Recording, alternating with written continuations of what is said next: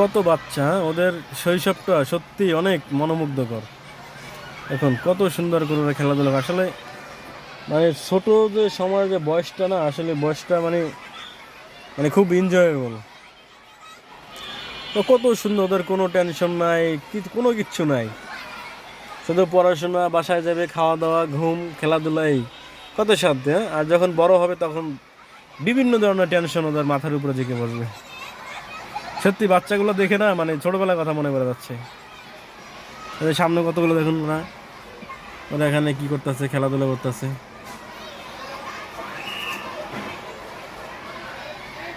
এই যে দেখ কি খেলাধুলার জিনিস। ওরা এখন সবাই আস্তে আস্তে ক্লাসে ঢুকে যাবে।